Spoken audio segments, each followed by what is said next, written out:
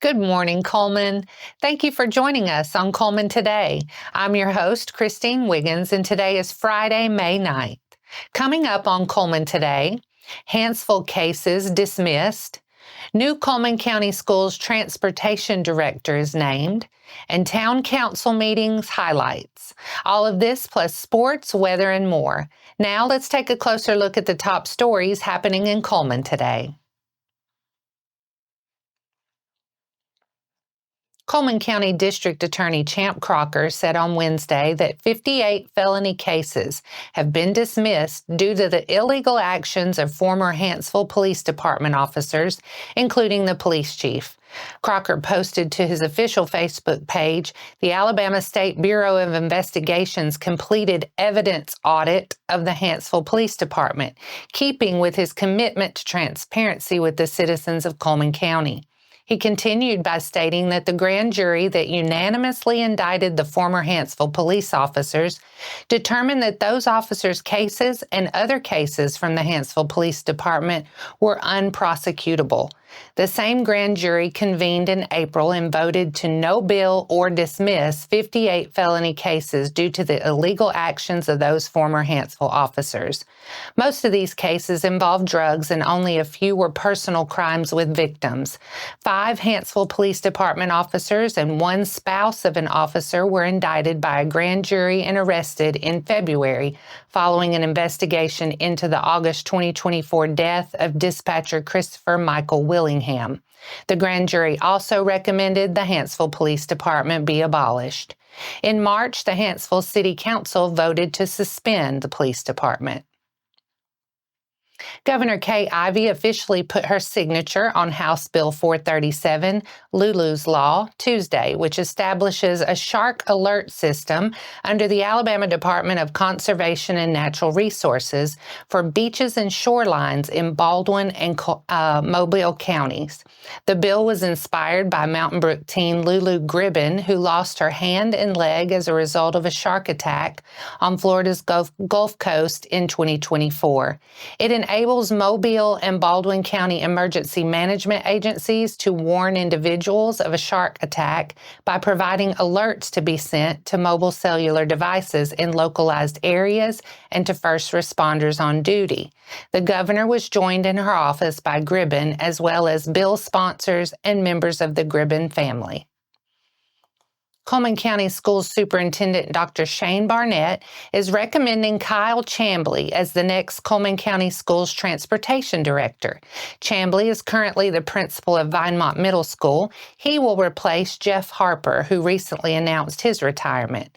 Chamblee will oversee day-to-day operations of the entire fleet of more than 150 school buses, as well as other system vehicles.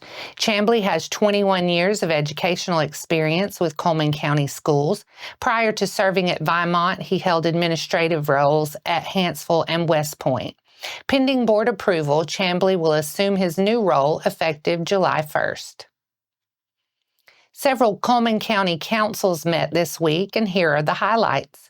At the Baileyton Town Council meeting, Paxton Plowd was a student at Parkside School who represented his school in the Elks National Hoop Shoot in Chicago last month, received special recognition by Mayor Wendell Calloway for bringing home the gold in the 8- and 9-year-old boys division. He made 25 out of 25 free throws, a perfect score. The council also discussed and tabled the topic of local government health insurance program. The next town council meeting date will be Monday, June 2nd at 7 p.m. at Baileyton Town Hall. At the Fairview Town Council meeting, Mayor Keith Henry clarified information regarding the community block grant recently received for the sewer project intended to support the new Jack's Family Restaurant, saying that the remaining $58,160 was not coming from the town's funds, but was raised through other grants. An update was provided about the donation the town made in memory of late Fire Chief Alan Miner.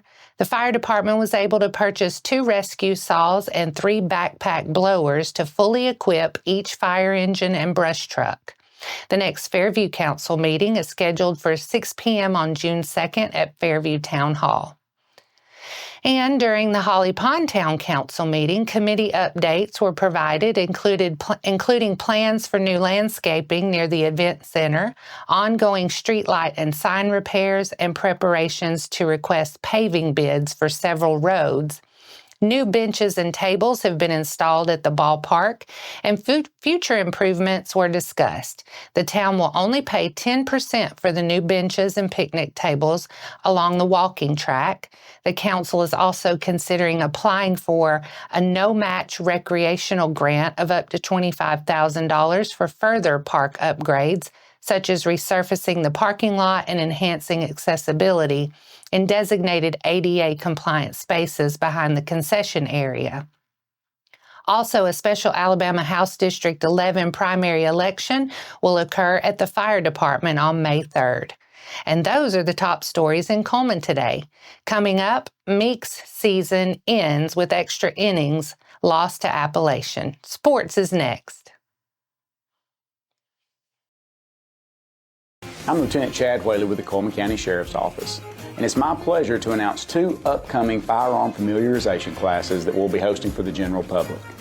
With springtime here and summer quickly approaching, we know just how valuable everybody's time is. Because of that, we've decided to offer 2 trainings. The first will take place on May 20th. The second will be the following Thursday on May 29th. Both classes will take place from 4 p.m. to 7 p.m. at our shooting range, which is located off of County Road 122.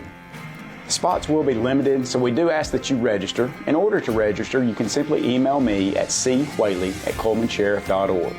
You will receive one-on-one instruction from our deputies and firearms instructors that will teach you how to safely and effectively use and care for your firearms.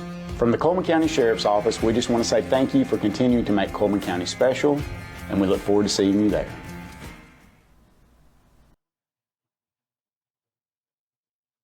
Welcome back. In today's sports segment, let's get an update on the latest local softball action. After splitting their first 2 games at the East Regional on Wednesday, the Meek Tigers were back on the field Thursday morning for an elimination game with Appalachian. The Tigers scored 3 runs in the bottom of the 6th to tie the game and force extra innings, but the Eagles scored 2 runs in the 8th to win it 6-4 and end Meek's season. After a scoreless first inning, Appalachian took a 1-0 lead in the top of the 2nd, but the Tigers responded in the bottom of the 3rd.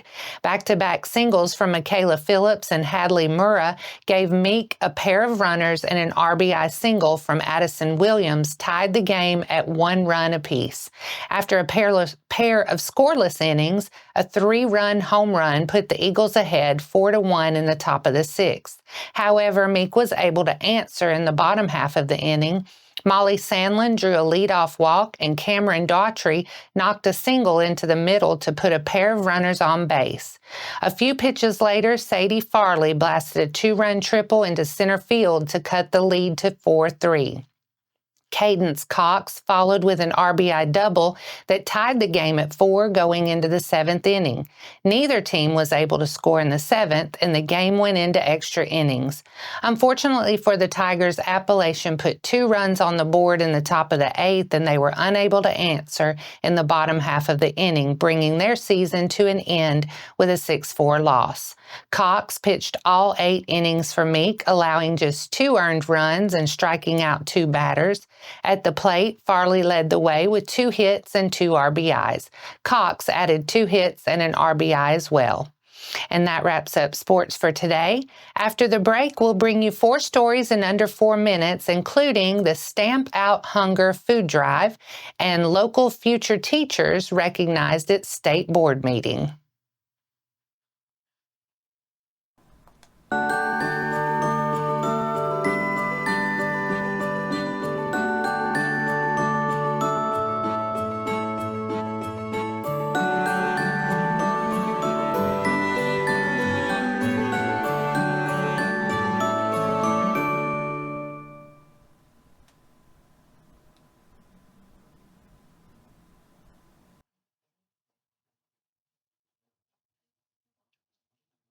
Welcome back. Now it's time to speed things up with a news rundown. 4 stories in under 4 minutes. This Saturday is the annual Stamp Out Hunger Food Drive. Each year, letter carriers across the country head out on their routes on the second Saturday in May to collect donations of non-perishable food items to benefit local food pantries. Since launching in 1993, the National Association of Letter Carriers' annual Stamp Out Hunger Food Drive has grown into the nation's largest one-day food drive, helping to fill the shelves of food banks in cities and towns throughout the U.S., like here in Cullman.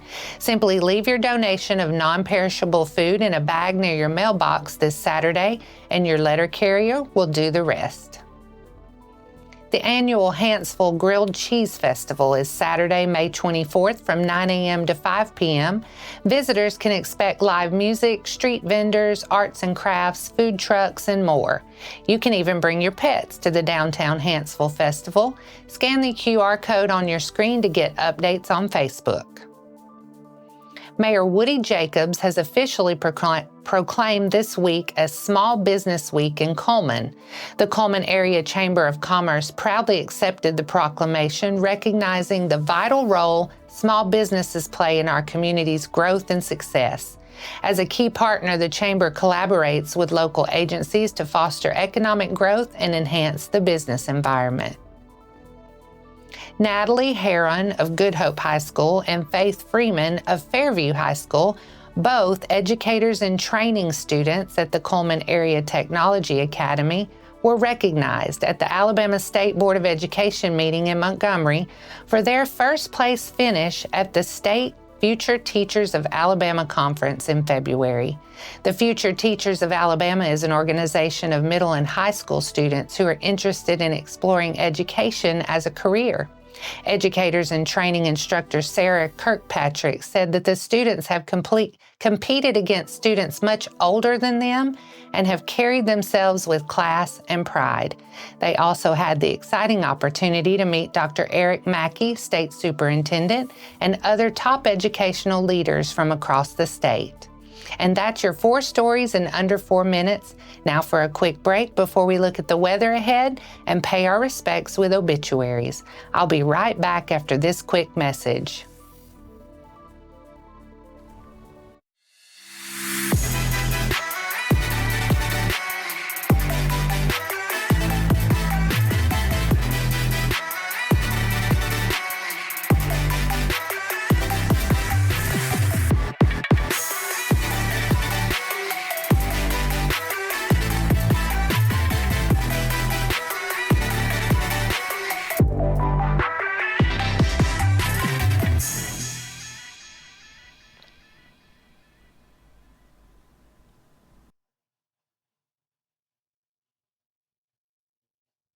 Let's take a moment to pause and pay our respects to those who lost their lives this week as we turn to obituaries. James Melvin Parks, 68 of Vinemont, passed away April 20th. A memorial service will be at 6 p.m. Tuesday, May 13th at Cullman Funeral Home Chapel. Visitation will be from 5 to 6 before the service. David DeJuan Reese, age 68 of Cullman, passed away on Tuesday, May 6th. Funeral service for Mr. Reese will be Friday, May 9th at 2 p.m. at Temple Baptist Church. Visitation will be held at the church prior to the service from 12 to 2. Burial will be at Spring Hill Cemetery. Marguerite Elaine Lee, age 73 of Cullman, passed away on Sunday, May 4th. On Friday, May 23rd, a celebration of life will be held at the Real Building from 12 to 3 p.m., and a small private ceremony interring the ashes will follow at the family plot at Memory Gardens. Carol Eugene Callan, age 76 of Cullman, passed away on Thursday, May 8th. Funeral service will be at 2 p.m. on Tuesday, May 13th at Cullman Heritage Funeral Home. Burial at Hopewell Cemetery. Visitation will be from 12 to 2 on Tuesday, May 13th at Cullman Heritage Funeral Home. Charles Chuck Henry Duro, aged 52, of Bluntsville, passed away on Wednesday, May 7th. A celebration of life visitation will be held Friday, May 9th from 5 to 7 p.m. at Kilgrove Funeral Home in Pell City, followed by a celebration of life funeral service at 7 p.m. The private interment for Chuck will occur at a later time. Our thoughts and prayers go out to their friends and families. Now let's take a look at your weather forecast. Today will be mostly cloudy. There's a 20% chance of showers and thunderstorms this afternoon with a high near 76 and a low around 54. Saturday will see partly sunny skies with a slight chance of a shower in the afternoon into the night, a high near 73 and a low around 56. A similar forecast for Sunday with a 40% chance of showers in the afternoon and a high near 74. Sunday night, there's a 60% chance of showers and thunderstorms with a low around 61. That wraps up today's edition of Cullman Today.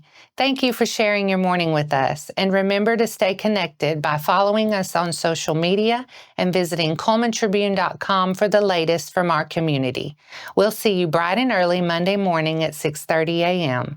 I'm Christine Wiggins with Cullman Today. Have a fabulous weekend, Cullman.